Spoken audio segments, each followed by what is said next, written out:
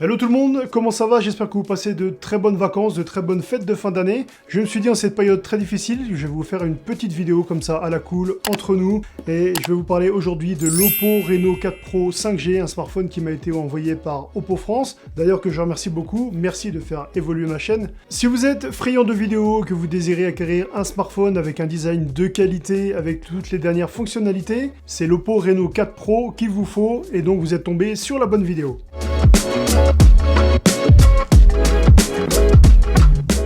Au niveau du packaging, on retrouve un très bel emballage. Il y a marqué Oppo sur le dessus, 12 Go de RAM, 256 Go de stockage pour le modèle présent. Il y a marqué Reno 4 Pro juste ici, et la petite subtilité, c'est que, vous voyez, il y a marqué Reno juste là. Donc je l'avais pas vu dans un premier abord, mais après, voilà, en regardant un peu plus près, on s'aperçoit que voilà, ils ont vraiment cherché à faire un emballage vraiment de qualité. Il y a marqué Oppo Reno 4 Pro 5G sur le côté. De l'autre côté, pareil. Ici, on a les spécifications du produit. On nous indique donc que c'est un 12 Go de RAM, 256 Go de stockage et que c'est la couleur Space Black. Et voilà pour ce qui est du packaging. Donc on va procéder à l'ouverture.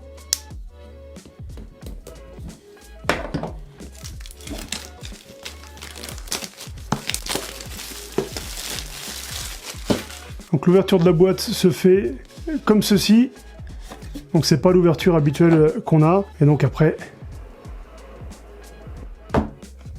Voilà pour ce qui est de l'ouverture de la boîte. Ensuite, on retrouve juste dessus une petite boîte avec à l'intérieur, donc il y a sûrement une coque. Et ce qu'il faut préciser aussi, c'est que cette coque, donc dans la version Euro, donc là c'est une version média que j'ai, donc il y a une coque directement dedans, mais dans la version Euro, il n'y aura pas spécialement de coque, donc ça il fallait le souligner, donc c'est fait. Et sinon dans la boîte, qu'est-ce qu'on a?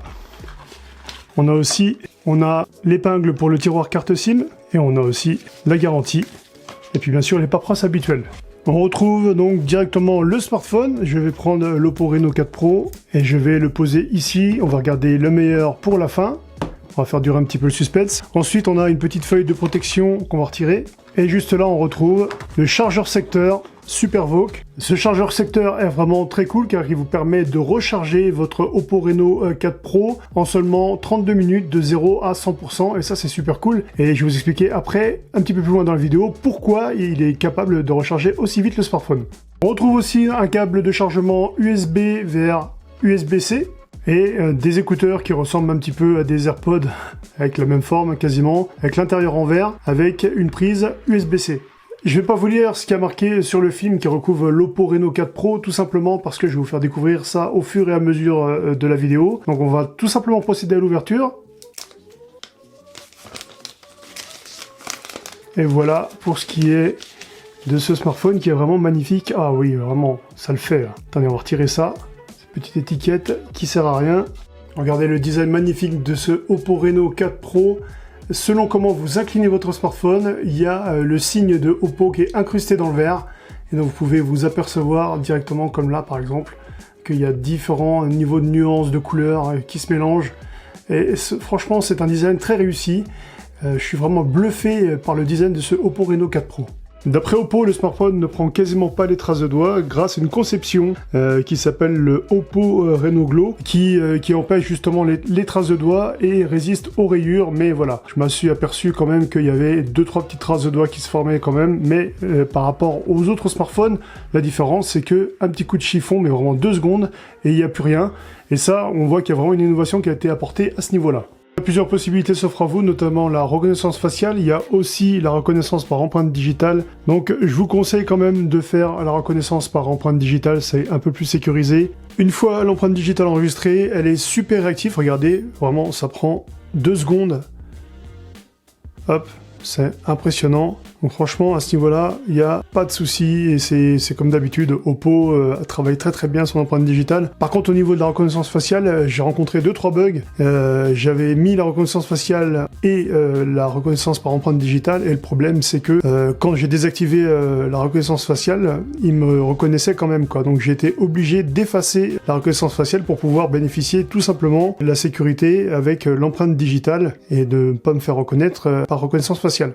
On a 3 capteurs photo, le premier de 12 millions de pixels avec un ultra grand angle à 120 degrés, le deuxième de 48 millions de pixels avec un objectif ouvrant à f1,7, le troisième capteur quant à lui est un 13 millions de pixels avec un téléobjectif avec un zoom x2. Et on a aussi un capteur frontal qui est juste ici, quand vous le mettez en frontal, regardez, hop, il y a une petite animation qui se fait juste là, je sais pas si vous le voyez, je le refais, regardez. Donc ça c'est plutôt très cool et assez sympa je trouve. À l'arrière, on retrouve un tiroir carte SIM, un port USB-C et un haut-parleur. Sur le côté droit, on retrouve la touche Power qui est juste ici. Et sur le côté gauche, la touche plus-moins du volume.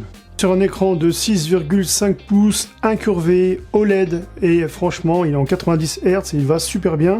Et j'ai vu aucune latence, aucun bug lors de mon test. Vous pouvez passer d'une application à une autre sans souci. Par exemple, si je vais sur YouTube et que je scroll, vous allez voir.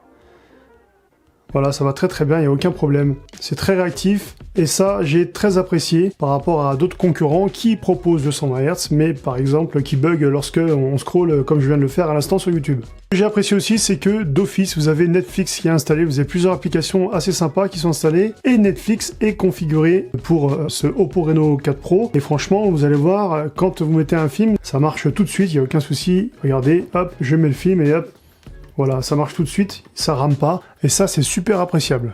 Vous avez 2-3 applications qui sont super sympas, qui sont installées directement sur l'appareil comme Oppo Relax. J'ai testé, c'est vraiment pas mal. Vous avez la possibilité de faire des exercices de respiration. Vous avez ici, vous avez juste à suivre, et donc là, voilà, détendez-vous, libérez votre esprit, concentrez-vous sur votre respiration. Et là, vous inspirez, et vous expirez. Et vous faites ça plusieurs fois, donc c'est un exercice qui est vraiment assez cool. Là, vous avez une partie musique aussi. Donc si par exemple je vais dans Rayon de soleil,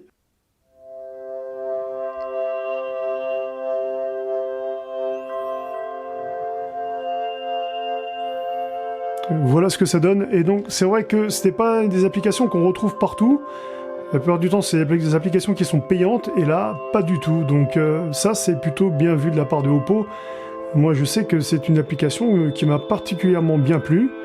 C'est vrai que ça détend, on a des belles images, des belles musiques, c'est vraiment assez cool. L'application qui m'a super plu, c'est Soloop. C'est une application qui vous permet de faire des stories directement musicales. Donc ça, c'est très bien, et vous pouvez ensuite les télécharger et les mettre dans votre album, et ensuite sur Instagram, etc. etc. Seulement, bon, le seul petit bémol, je dirais, c'est qu'il y a le petit insigne Soloop qui est juste sur le côté quand vous faites la vidéo, mais bon, c'est pas trop grave. Voilà le résultat, voilà ce que ça donne.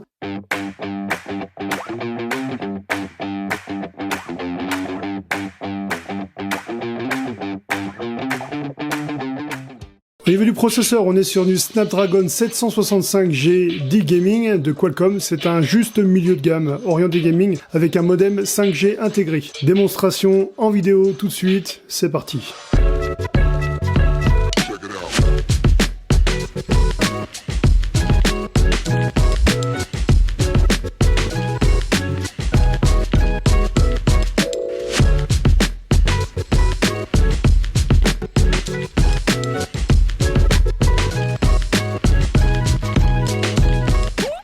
Alors ce qu'il y a de cool avec ce smartphone, et ce qui est très important pour moi, c'est la technologie SuperVOOC, parce qu'on retrouve en fait 2 batteries de 2000 mAh, ce qui fait que lorsque vous chargez avec ce petit chargeur qui est là, enfin ce bon chargeur qui est là de 65 watts, vous passez de 0 à 100% en seulement 35 minutes. Il n'y a que Oppo qui savent le faire. Donc cette technologie permet tout simplement qu'il y ait 2 batteries, c'est pour ça que ça recharge plus vite qu'un smartphone normal. Sinon, au niveau autonomie, vous tiendrez à peu près 2 jours avec ce smartphone, soit bon, avec un usage modéré bien sûr, soit 1 jour et demi avec un usage normal. Ce qui est vraiment très cool, c'est que vous avez un stabilisateur 3.0 sur le capteur principal, l'ultra grand angle, et aussi le capteur frontal. Ce qui vous permet de faire des vidéos en mode vlog. C'est idéal pour les jeunes créateurs sur YouTube par exemple, ou les jeunes vidéastes, ou tout simplement les vlogueurs. Ce smartphone est vraiment fait pour ça, pour faire des vidéos et des photos en mode vlog. Voilà, confinement oblige, je fais un petit test dans mon jardin, donc il neige, c'est assez sympathique, le paysage est cool. Dites-moi ce que vous pensez de la stabilisation, est-ce qu'elle est bonne pour vous? Est-ce qu'au niveau du son, c'est bien? Parce que c'est vrai que cette caméra Oppo Reno Pro 4 est faite pour les vlogs, donc dites-moi ça, je suis curieux de le savoir. Au niveau des photos, pas de grand mystère, on sait que Oppo est très doué dans ce domaine-là, donc il y aura pas, vous verrez pas une réelle grosse différence avec l'ancien modèle et ce modèle-ci. Par contre, ce que je peux vous dire, c'est que voilà, j'ai pris une photo en ultra grand angle, zoom x2, et la qualité est toujours aussi bonne. Mode portrait avec le capteur principal et en mode frontal, donc 32 mégapixels, donc il est à peine moins bon, mais c'est tout à fait normal pour ce type d'appareil, et quoique je trouve qu'il fait encore pas mal le job. La surcouche d'Oppo est ColorOS 7.2 avec une animation hyper fluide et très agréable, et qui sera basée très prochainement avec des nouvelles mises à jour sur Android 11.